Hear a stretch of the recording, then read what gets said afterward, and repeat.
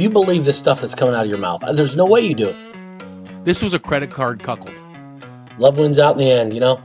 All right, welcome back, everybody, to a very scary Halloween edition. This is Thursday, October the 31st of the year, 2024. You're looking at my good friend, Douglas Wade. Douglas, how we doing down there in the Natty, where the girls call me Daddy, Fred Durst? Very nice. I don't know, we've had 48 consecutive days of pure sunshine, and now it's pouring down rain. My poor children are crying, wanting to go trick-or-treating, and so it's gonna be a wet night, but we're gonna get it done. Costumes are ready to go. I love Halloween. What's on tap today for the viewers, the people all over this great world, all over this great land? It was a trick-or-treat type of night last night for the New York Yankees in the Bronx. Mercy me, will we talk about, number one, just how ridiculous inning 5 was for Garrett Cole and the New York Yankees, not just as a sports fan, but what a great reminder to me as to why I'm so happy not to be gambling. Holy cow. Also, very scary weekend for the Ohio State Buckeye football team, Douglas. As we go into Happy Valley, a very small favorite, all of a sudden, Doug, we are looking as Buckeye Nation, if we don't win this game, was there a world going into this year where we thought possibly no playoff? That's still a stretch. I mean, what I'm more worried about is that locker room with Ryan Day. I think even if we lose this game, we still find a way to get into the top 12. But man, I'll tell you, I mean, now if we lose this week and turn around and lose to the only team in the nation that hasn't trailed for 1 second, the Indiana Hoosiers next week. I mean, this schedule, the season starts. It started at Oregon, and we're now in the middle of it, and we're going to find out a lot tomorrow night. Are we the team that played at Oregon, or are we the team that played against Nebraska last week? We don't even know. Well, I tell you what, I think we do know right now is that this Indiana Hoosier team is not to be taken lightly. And I mean, no, absolutely not. No. They mean business. And finally, on this Halloween theme, the haunted house that it was for our boy, Captain Cardinal. The haunted house that it was for our good friend Ed Conley last week. Here's Ed Conley just trying to do a good thing. He comes, he reports live from Euclid, Ohio. He reports live from the Mentor Fighting Cardinal football team's 10th victory of the season. He gives the nation, he gives the people 6 plays, 3 against the spread in college, 3 in the NFL, and wouldn't you know it, thanks to Jaden Daniels and the now famous Hail Mary as the Commanders snatched victory from the jaws of defeat against the Bears. That was his 6th and final loss. Ladies and gentlemen, it has spurned a fantastic seed of opportunity for the KC on Tap platform, and we have snatched it with a very, very special guest. He's going to be tuning in now in about 15 minutes, and we're not giving it away. But you might want to go to Facebook. You might want to check last week's little blurb where in the comment section, a gentleman from Dallas, Texas, he said, Ed, your picks suck. And we said, look, it's easy to say from the sidelines. Will you jump into the arena and give us your picks? He has answered the bell. He has answered the call. Doug, he's going to be here in 15 minutes, so we'll let the people wait for that surprise. But first and foremost, let's talk about Love is Blind, Season 7. Our comment section's been blowing up. The DMs, the messages, the emails coming into us. People are all over Love is Blind, as well they should be. I mean, give me a break. As well they should be. This show, the reunion was last night. I made sure I watched it, before today. Fantastic. I mean, this was the 7th season, correct? Yep. DC, yeah, so Washington, D.C. Yeah, you got me on the show about a year ago. I tuned into season 6. And season 6, I've watched most of the seasons now. Season 6, which was last year, was still, in my opinion, one of the greatest reality shows of all time. And season 7 did not disappoint in the least bit. It's so good. The reunion, answering some of the questions we all had throughout the week. I mean, you hate to have spoilers out there, but people need to watch this show. I mean, let's talk about. Did you see the reunion yet? I've not seen the whole thing. I've seen, 15, 20 minutes of it, and it's already, I can't wait to finish it. Yeah, Leo and Brittany, my favorite couple, who who had this, half-assed uh, uh, engagement, didn't even get asked to go on the honeymoon round. So they went Leah, on their own trip to Miami, and no one knew what happened. And, we get filled in last night, and Leo, poor Leo. I mean, just he's So I haven't seen them yet. I haven't seen that part. oh yeah, yeah. Is it? So Is it okay?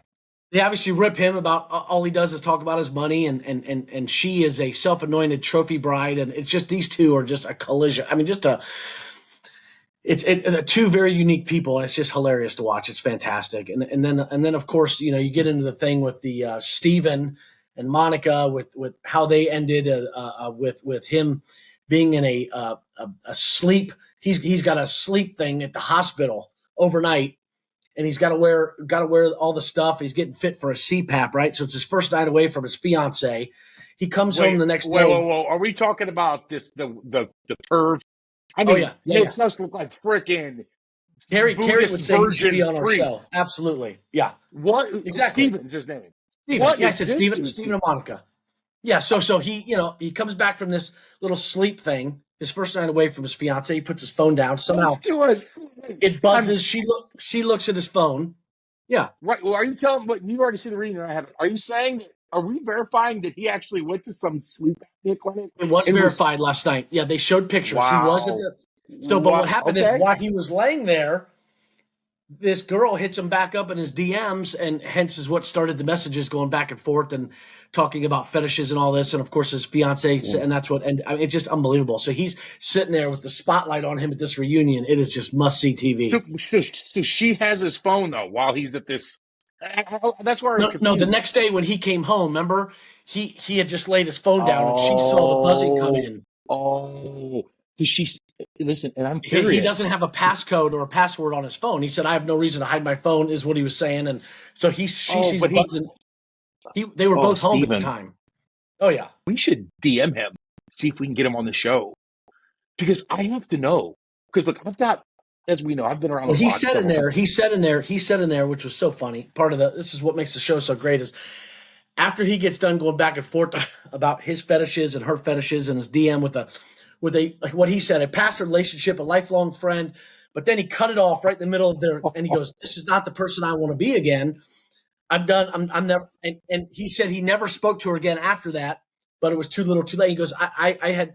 He goes, the reason I didn't delete the messages is Mhm. because to me there was no relationship. It was over. And so she No. then sees them. Of course, she's not going to look at it the same way. And I mean, it No. just like it doesn't even. It's just this is what No, these people because do on the he's show. right. But she says to him on the show, she says, you were texting with her today. This poor guy. Yeah, and he said Listen, no. if It was guys, last night was the last text, which I he, know, he doubled up Doug, on. Yeah, he well, if doubled up look, on. why, what, but look, I we've there's all not. I been mean, caught red-handed lying. We've all been caught red-handed lying. Like she has the phone. You're texting today. It's clear as day that she's telling the truth. Okay, she said, quote Doug, and I just want to know what this is. She goes, the really sick messages were from today. The yeah. sick ones. What like we got how So do we that get that? so the He is sick one, yeah. He didn't get in. He didn't get into the details of what those messages exactly said, other than they were uh-huh. her sexual fetishes. So whatever. I mean, bottom line is you can't make this stuff up. It's what makes it great. I mean, the Man. reactions on the people's face is just priceless. What a good show. It is. I mean, this Love Is Blind is look, it's genius. The Lachey's, it's genius. It's just a genius show because none. Interestingly enough, most of us watch it for the just cataclysmic train wrecks, and make no mistake, they are cataclysmic train wrecks. But amongst the wreckage, when the dust settles, believe it or not, there's two couples sitting center stage. Yep. It gives me, it's kind of, the dichotomy is bizarre because you're so happy for them, but they actually get married. And this is a year later? Like like the one dude's Yeah. on The the stage reunions a with year long hair, later. Yeah. but they're married, and they showed Zach and Bliss. Yeah. Zach is a Mount Rushmore character on the show. He and Bliss have a baby now. Like there's Yeah. so there's really no in between. It's like there is just nasty cutthroat bloodshed on that stage, or there's marital bliss. What about your boy Nikki D and then his girl? That's what I saw. I saw them going at each other. She is unbearable. She Now, is. She's hard to she's hard to take. I mean, she lost it. She lost another 25, 30 pounds. I mean, she looked She looked fantastic. But great. God, Yeah. when she opens her mouth, woo! That It's poor tough. guy. Yeah. And let me tell you why it's tough, ladies and gentlemen. Let me tell you why it's tough. And Doug, I've run into this recently in my dating life. As you know, being a sober-minded, clear-minded, my brain, going to therapy, like being emotionally deep and being present. Let me tell you the scary thing about this world is, especially in the dating world. I did watch the first 15 minutes, which they show her. What's her name? It's Nikki D or Nick. His name's Nick. And what's her name? I can't remember. Hannah. Doug, do you hear her talking about how self-aware she is? It's like, I know I'm a bitch, but that's just who I am. It's who I'm direct. It's who I am. I'm sorry for doing that, but it's who I am. This is the most common bullshit excuse that every freaking woman that I've dated, and it's probably the same way with men, it's not who you are. It's who you're choosing to be. Like, hey, sorry, I lose my temper, call everybody bad names. It's just who I am. Sorry, I just belittle people. She could not have been. Now, look, is he a dipshit living in his mama's basement and he needs to kind of get some shit together? Yeah. But boy, oh boy, did she skin him a lot. I mean, she really peeled the Oh, layers back.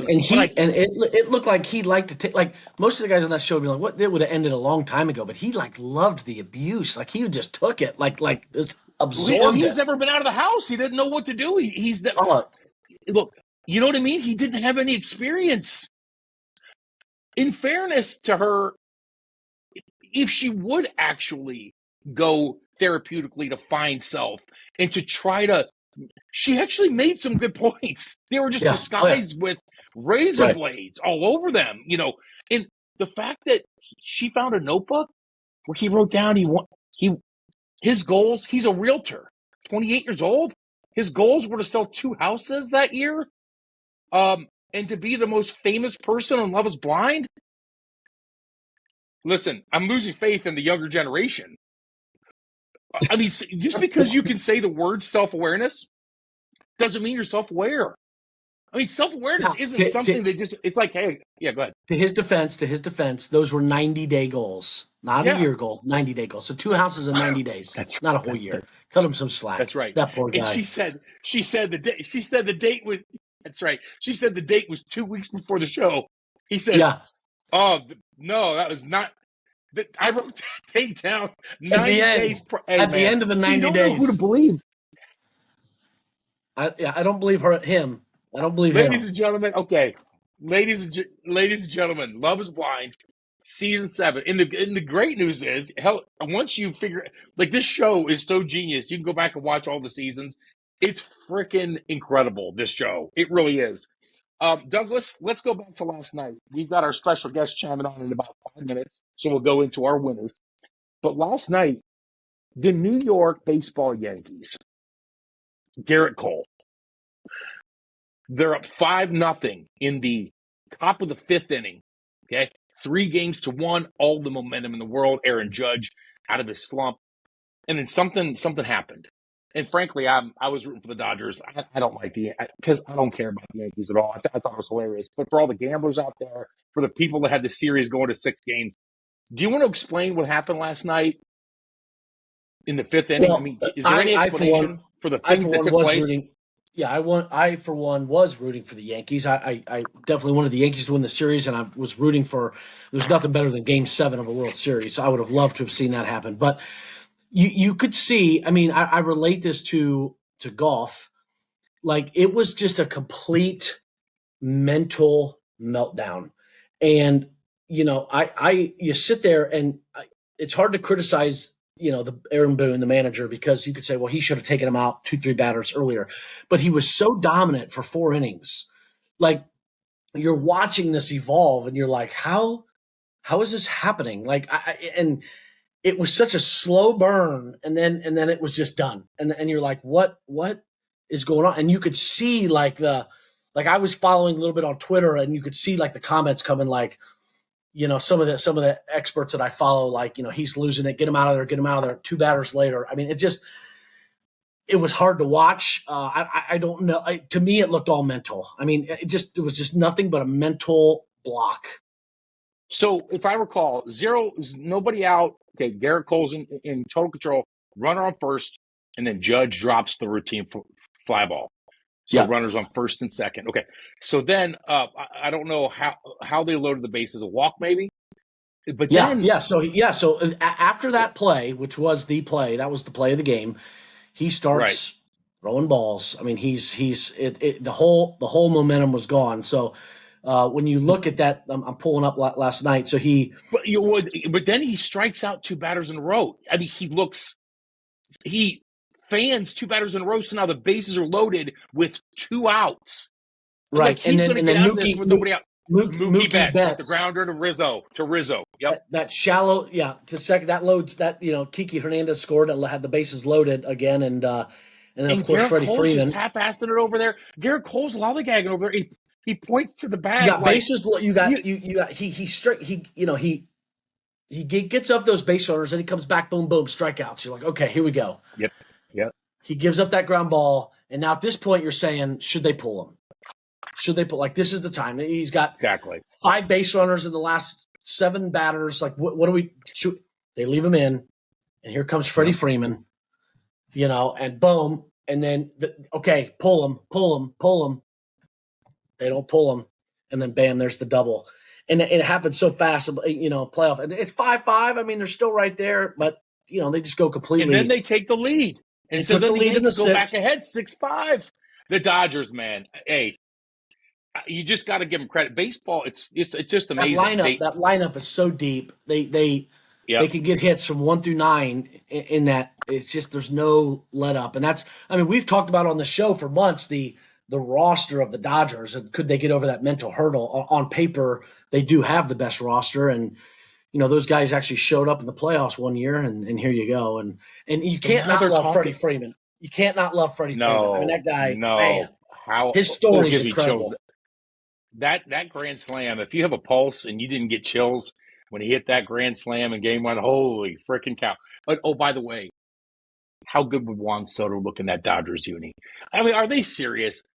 I mean, come on, man. If the Dodgers get Juan Soto, it's, I don't even know if it would be fun to watch. So why don't we quickly transition to Douglas? I'm telling you, man, I'm so happy I don't gamble with real money anymore. It's scary enough without money.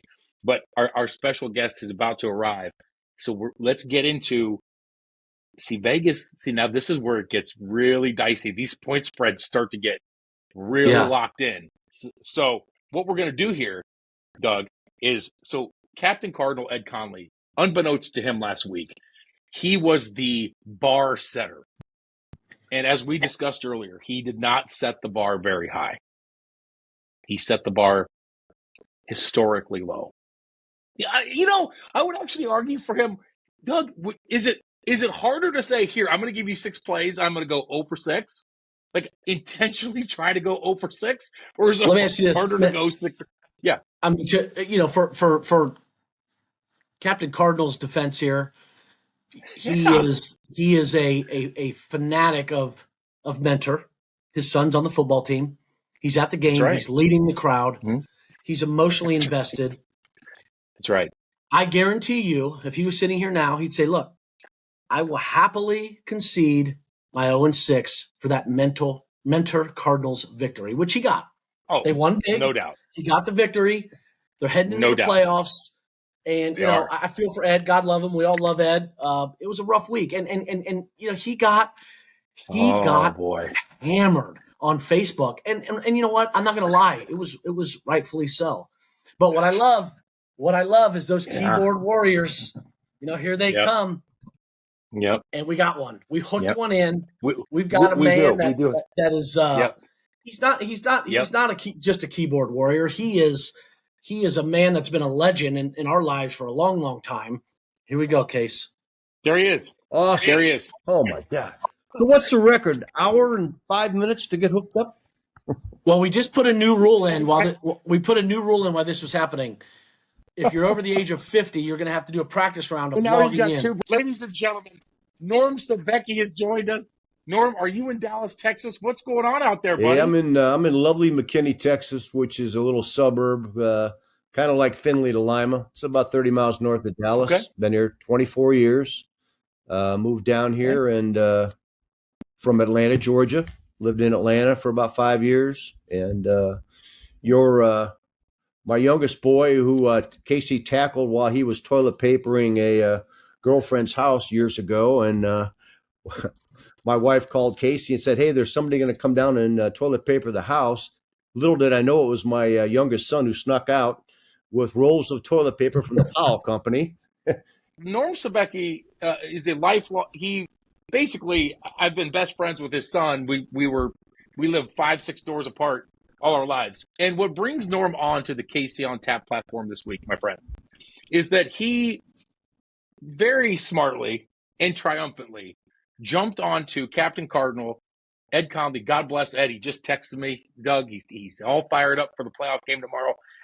But Norm SOBECKI has started. He started a spark, Douglas.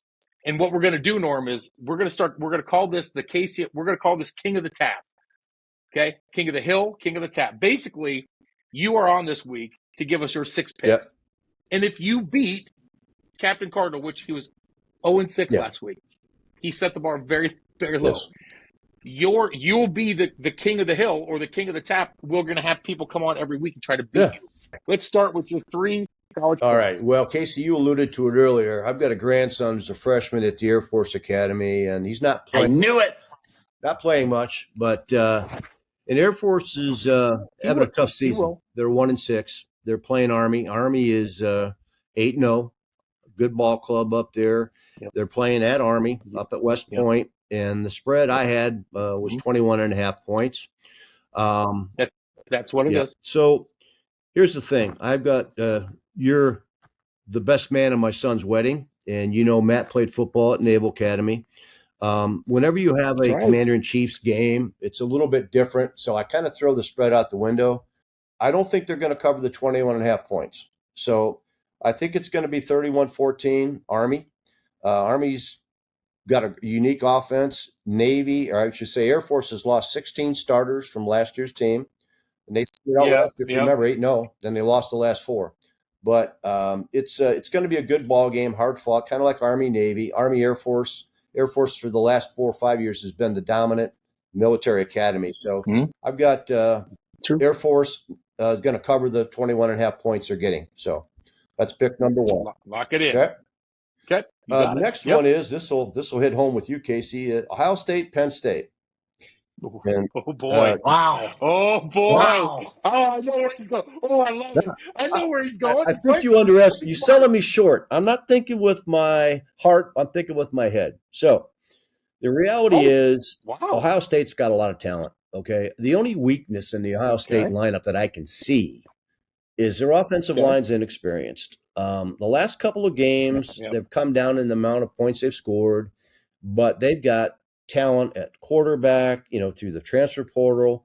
They've got 2 outstanding running backs. They got 3 or 4 guys who can be first-round draft picks in the NFL. So they're playing at Penn State, State College.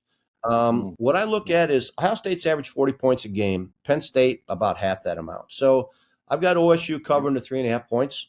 The other thing is Penn State. Franklin's got a problem winning big games. And they haven't played anybody like Ohio State yet. You look at their schedule. So I've got Ohio State coming away with the victory, and they're going to cover the 3 points. I think it's going to be like 28-14. They may not score 40, but I don't think Penn State's going to score more than 2 touchdowns against the Buckeyes. So very surprised. That's music to my ears. No, very surprising. Love the analysis. Yeah, good. I was born. I bleed blue, but again, this is a rebuilding year. My national championship's going to hold me for 5 years. I'm okay, so I'm good. As it Yeah. should. As it Yeah. should. Okay. And pick number Pick three number in three. the college football Yeah. ranks. So anyhow, Casey, about 6 months ago, I try to see one Michigan game every year, and I wasn't sure where I wanted to go. So I said, you know what? I work Here he for a goes. company out of Indiana, and I said, you know what? Okay. I looked at the Indiana game. You know, Indiana's been kind of a middle of the pack Big Ten team. Did I know they were going to be undefeated going into this game? So my son Brad and I bought tickets. We're flying into Indy, going down to Bloomington to see the Hoosiers spank the Spartans. 7.5-point spread. Indiana hasn't lost yet. Indiana manhandled Nebraska. And I'll give you a good example how good Nebraska is.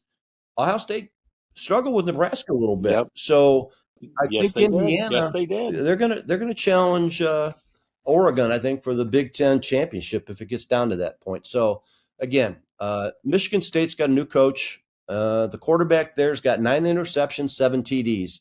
That doesn't bode well. Yeah. Okay. So anyhow, I think that Indiana's going to cover. I got Air Force, Ohio State, and Indiana. Those are my 3 college picks. All right. Okay. And what do you got?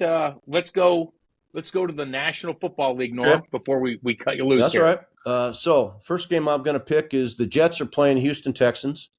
I looked at the game. You know, the Jets thought they had a magic formula with Aaron Rodgers, and I'm going to pick the Jets. The Jets are -1.5, but Aaron Rodgers has never lost 6 games in a row in his entire career. So I'm going to bet the Jets. They're playing at home. The Texans have an outstanding quarterback, but he's lost Stephon Diggs and Nico Collins, 2 of his key receivers. So I think it's gonna test his mettle when they're playing the Jets up in New York. So I've got the Jets.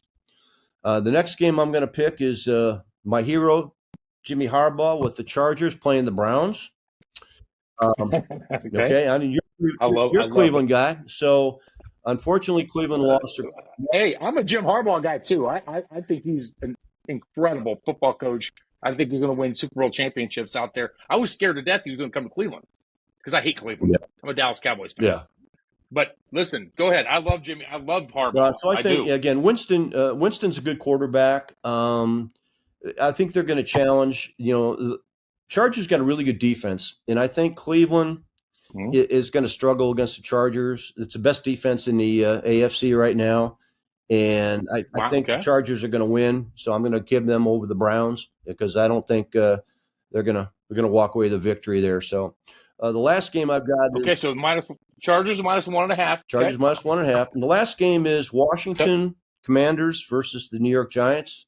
I think this Jaden Daniels kid's going to be Rookie of the Year. He's a tremendous quarterback. They've got a lot of talent. So I think Washington has scored twice as many points as the Giants. And I don't think the Giants have a prayer. So I think Washington is going to cover the 3.5 they're giving the Giants. So. Jets. What's FanDuel have that line, Case? 3.5. 3.5. Yeah. But the only one that needs adjusted is the Jets are 2.5. Or is it 2.5? Yeah. You still want the Jets? Yep. You still want the Jets at 2.5 because we got to make it fair with all the King of the Hill players. I'll take the Jets at 2.5. Yeah. I'm a Aaron Rodgers fan. I think I didn't think that was it Devontae came over. He hasn't really lit it up yet, but I think they've got some magic they can put together and. Back half of the season it should be fairly decent for the Jets. So, Norm, excellent job. Thanks I'll be for being watching, with us, boys. Take care, Doug. All right, Norm. Right we'll on, brother. talk later. Let's go. All right, here we go. Starting in college, play number 1. I love this play. I'm going to the ACC. We've got these Miami Hurricanes. They're now ranked in the top 5. They're just nasty. They got a Heisman favorite over there. All this hype, the U. Not so fast. Here they got the old Dookie Blue Devils. And Dookie's been scrappy lately. Very, very scrappy. The line came out 21.5. It's down to 20.5. And leap at 21 is a big deal. And I still think it's way too many. I think this game is absolutely within 2 touchdowns and maybe a single-digit game. I'm taking Duke getting 20.5, play number 1. I love that play. Okay. All right, play number 2.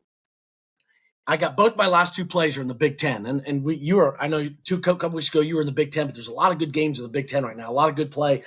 I've got the Illinois game. Illinois is +3 against Michigan. Who they playing this week? Who is it? Who is it? Illinois. Who? Illinois. Minnesota. Minnesota Okay. at Illinois. Yep.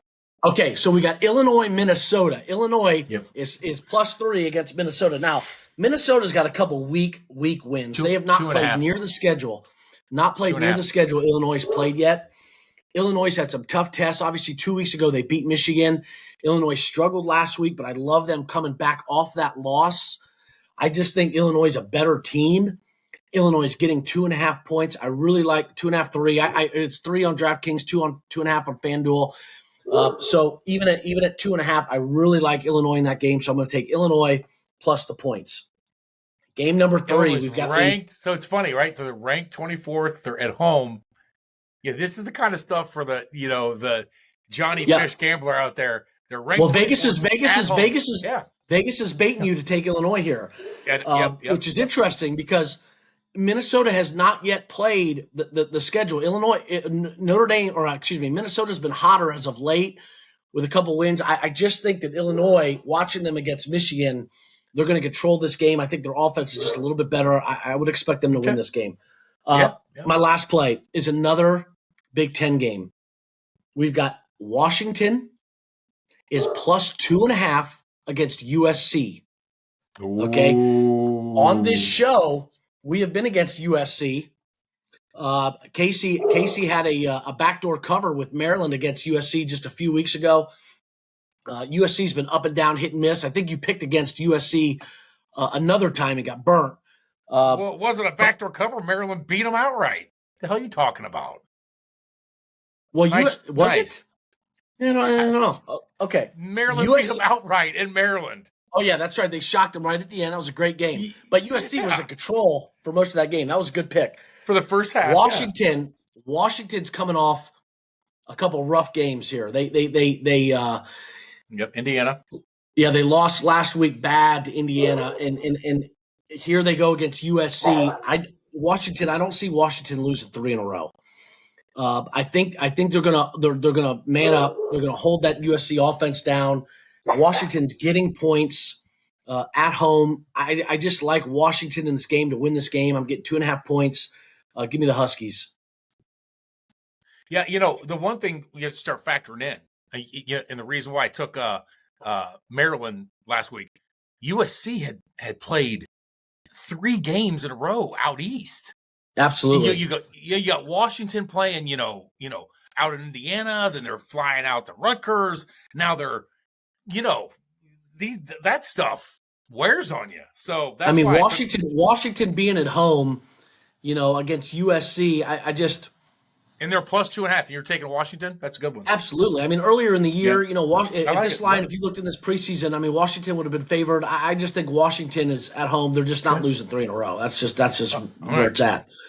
Okay. So those are the 3 plays. We've got Duke +20.5, Illinois +2.5, Washington +2.5. Okay. Now, mind you, those for the show, those are the lines for you bettors out there.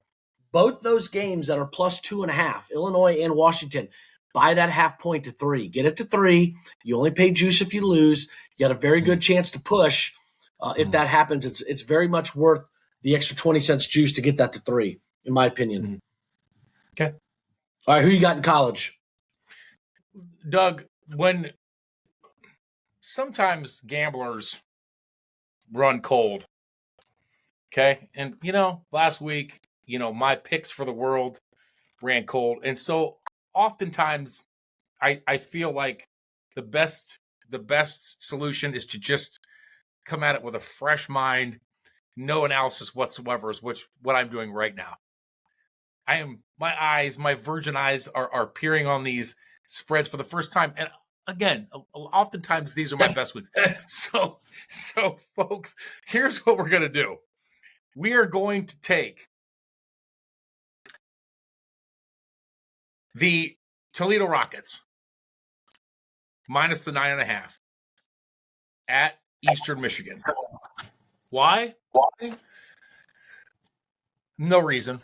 And maybe because the VP of hype is a graduate.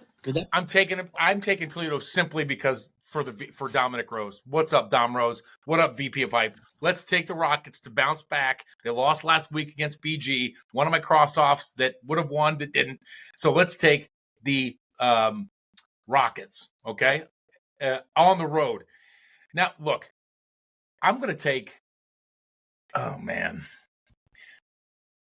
it's going to smack me right in the mouth. You know, a good methodology for you out there would be to fade all my picks this week. I'm going to take Arkansas at home plus the 7.5 against the Fighting Lane Kiffins. Why? Because if I took Ole Miss, that's enough. No. If I took Ole Miss, Arkansas would win the game outright. I'm going to take Arkansas, which means that, Ole Miss will probably come in and just completely suffocate and dominate, win by 40. But I'm taking Arkansas plus the 7.5 at home. All right. And let's go with, I tell you what I'm going to do here. I like what I've seen. Boy, Norm, I'm going to go, okay. I would take Indiana, but I'm going to lay off. I'm going to take the UCF, Central Florida. I don't even know. They're the Bulldogs. Are they the Flyers? I don't know what they are, and I don't know why, and I don't care. Here's what I know. Arizona stinks. They stink. They're flying cross country. They're the Knights. The UCF Knights. They just came to me. Give me the Knights at home minus the 6.5. There you go, Doug. See what I did there? I went against all rational thinking. So who do I have? I've got UCF. Toledo. I've got Toledo, and I've got Arkansas. Boy. Yeah. Woo. Okay, to the NFL we go, my friend. All right, the NFL. Play number 1. Our guest speaker, Norm SOBECKI, took this team, and I am going to ride guest picker. Excuse me. I'm going to ride the same team. It's the Jets. All right, so we get back to the NFL here. I go back to my system. I'm taking a team again, and the Jets have burnt me. The Jets have burnt me earlier this year, but here I got the Jets coming off 2 tough losses in a row. All right, they're back home. They're going against the Texans, who are coming off a ridiculous, so lucky win against Indianapolis last week. The game before that, they lost to Green Bay. Houston is not looking good. Now they've got Stephon Diggs out, which Norm talked about. Nico's out. So the playmakers are going down. They're kind of in this lull. The Texans are 6-2, but they just simply have not been playing that well. The Jets are in an absolute must-win, dire situation. I'm getting the Jets with less than a field goal at home. That's the play. Give me the Jets. That's play number 1. Okay. So play number 2. And there's a lot of games that fall in my system here, but some of these teams are so bad that I'm simply not going to take it. For example, the Saints-Panthers game is one of them. You just can't do it. They're so anemic. Ooh. They're so anemic that you can't. The Bears-Cardinals is another one where the Bears seem like the play on paper, and they are the play on paper. But again, there's something about the Cardinals right now. They're lucky to be 4-4. And the Bears, quite honestly, are lucky to be 4-3. It's a crapshoot game. So there's a couple tough games out here. But play number 2 is a game I like. I'm going to take a team that is getting healthy at the right time. They're still in must-win mode. They looked fantastic last week when they got both the receivers back, Cooper Kupp and Puka Nacua. We've got the Los Angeles Rams going into Seattle. Seattle has lost 4 of their last 5, but they're still 4-4. The Rams come in 3-4. They need to win. The Rams are simply the better team.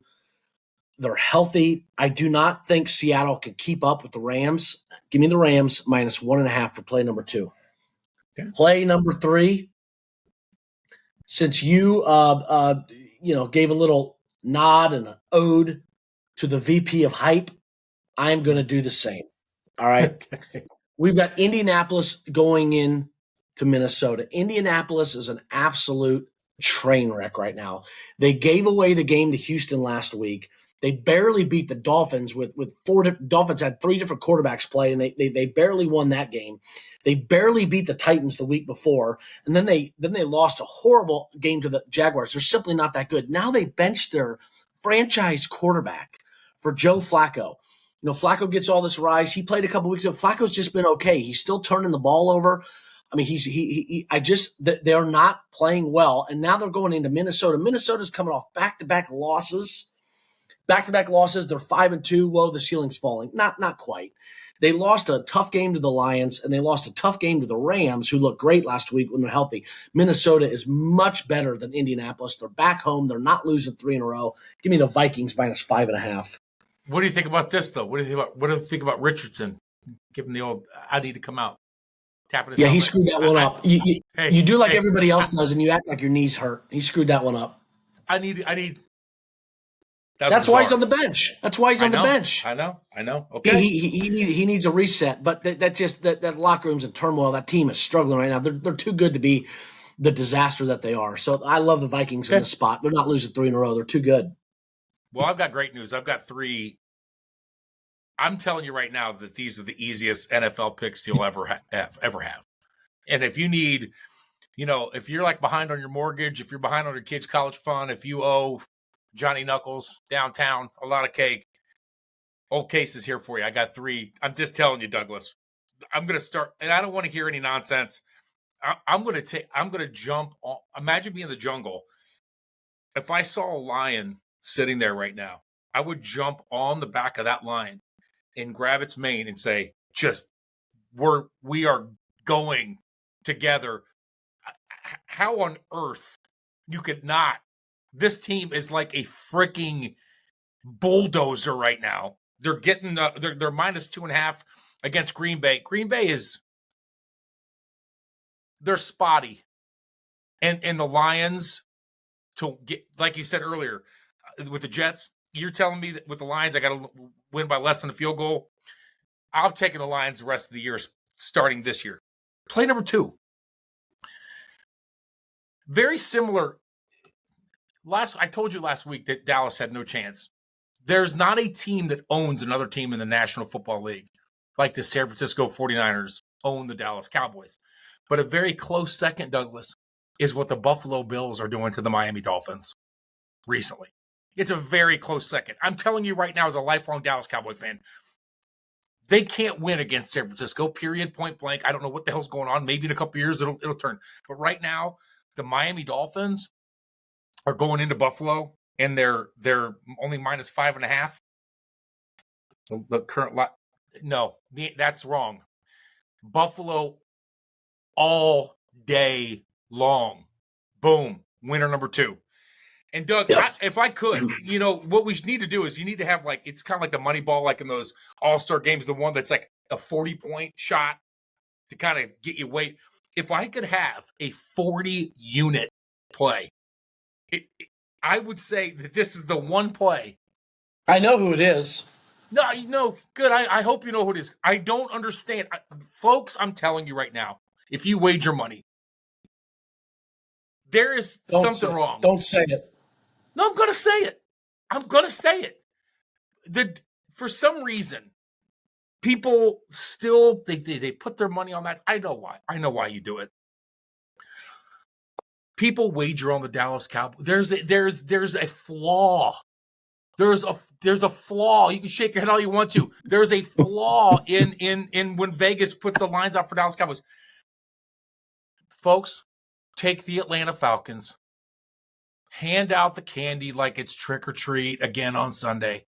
My Lord, if there is a 40-unit play, mark my words, Atlanta -3 at home against the Dallas.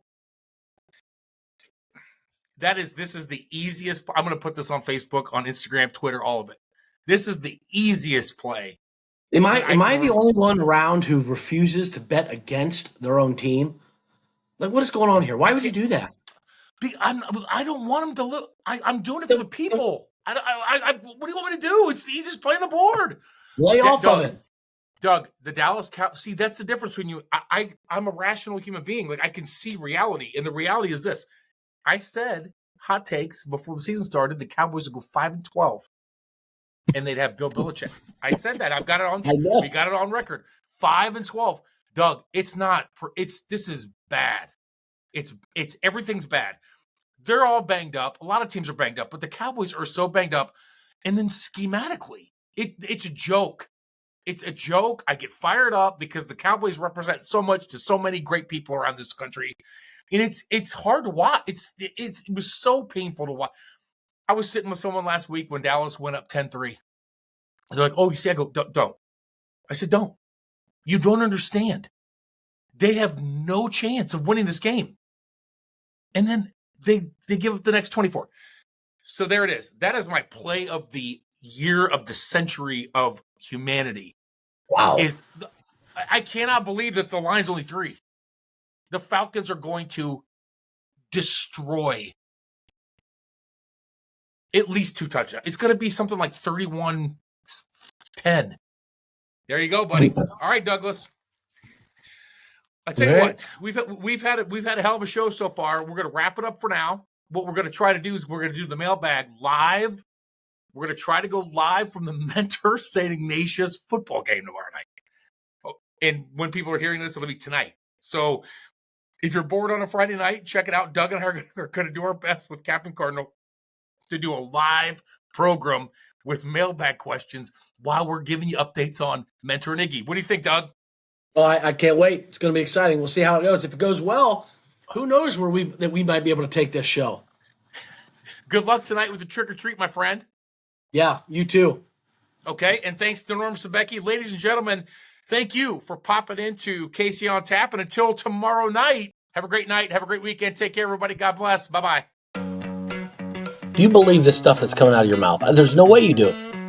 This was a credit card cuckold. Love wins out in the end, you know?